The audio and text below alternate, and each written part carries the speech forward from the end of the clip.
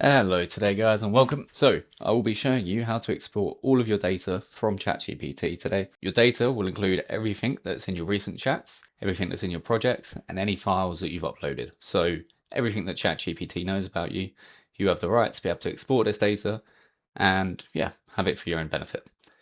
So let's see how to do this.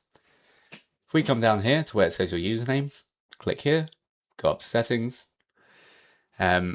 Now, like the 10th one or something, the 6th or 7th one here is data controls. We click on that, scroll down a little bit, and we see this option, export data. So if you come over here, click this export, it would just tell us a little couple of T's and C's.